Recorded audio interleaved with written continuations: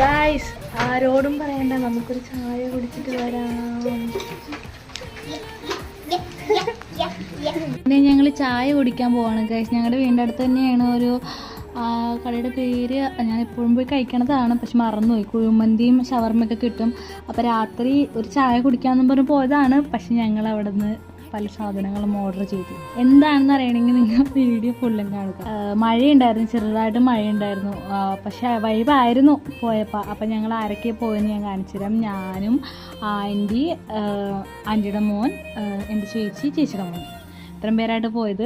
എനിക്കാണ് ഈ കടയിലൊക്കെ പോക്കാൻ ഞാൻ ഭയങ്കര വൈബാണ്. ഞാൻ വെറുതെ ഇരുന്ന് പാട്ടൊക്കെ പാടും, വെറുതെ ഇരുന്ന് ചിരിക്കുകയൊക്കെ ചെയ്യും.